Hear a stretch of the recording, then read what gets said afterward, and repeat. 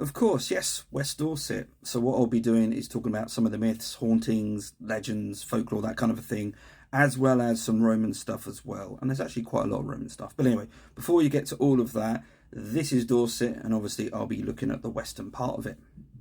Up first then, Whitchurch Canacorum, and this contains a shrine. So this is a church and contains a 13th century shrine to St White.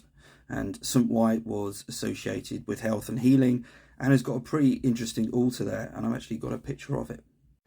So the story goes that St White was obviously a saint who was associated with healing and helping people, and apparently this is one of the few shrines to sort of saints that has survived, or rather survived Henry VIII and then the Reformation, because a lot of these got cleared out in the 16th century. But this one managed to survive, and you can see there's sort of 3 apertures there, and apparently you would present a diseased limb or bandage into one of those apertures, and apparently she would help heal you in some way, or whatever was put in those holes.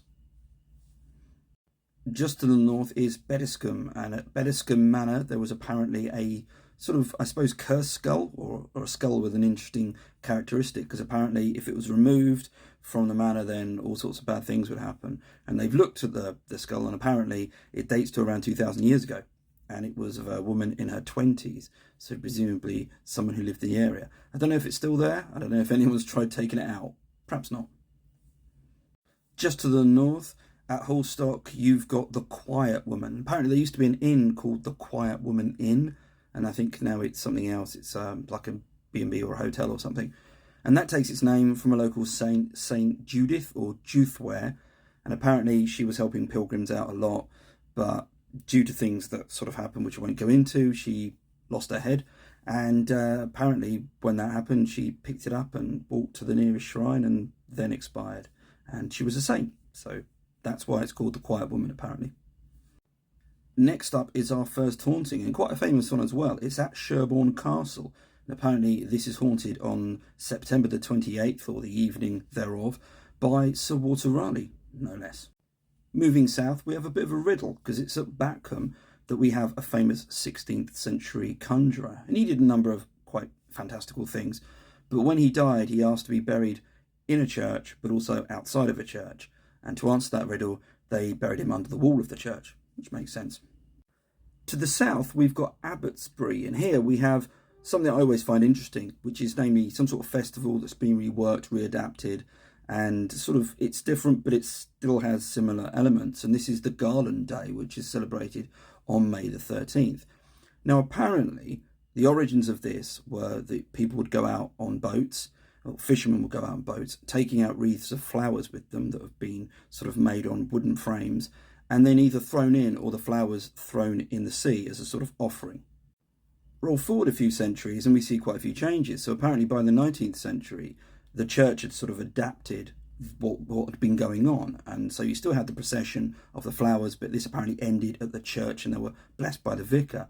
Then that changed, and apparently they were deposited at a war memorial, and the going out to sea thing had completely stopped. And I think even today on May the 13th, Garland Day, you have people making sort of wreaths of flowers and whatnot and carrying them through the town and sort of showing them off.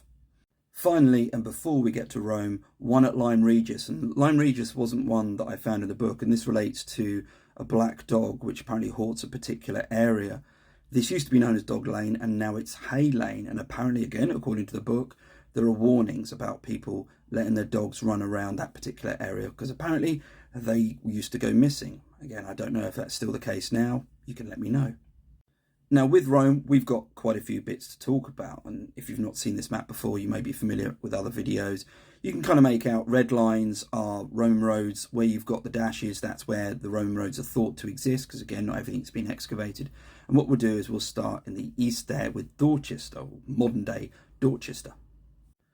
Dorchester seems to have been the location for the Legio to Augusta, or Legio to Augusta. This was the main legion in this area that was conducting operations, and apparently it was in Dorchester around AD 49, and presumably under the leadership of the future Emperor Vespasian.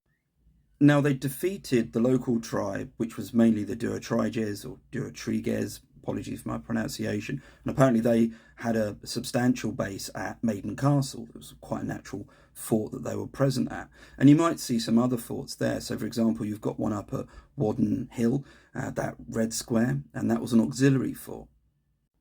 The auxiliary fort had been there from about AD 69 to AD 96, and it's right across from a place which is known locally as Pilsden Pen. And Pilsden Pen was essentially where you had the local tribes operating from, and apparently when they excavated it, they found the skeleton of one individual with a ballista, a Roman ballista bolt going through its spine, which can't have been, well, it would have been quick, but it wouldn't have been very nice. One final thing before I finish, that blue line going up from Dorchester going to sort of northwest, that's an aqueduct. Dorchester had its own aqueduct, so the Romans were really dug in this part of the world, which makes a lot of sense when you consider what they were trying to achieve. Anyway, if you've got any questions, stick them in the comments. And if you want me to look at an area where you might be interested in, stick them in the comments and I'll stick it on the pile.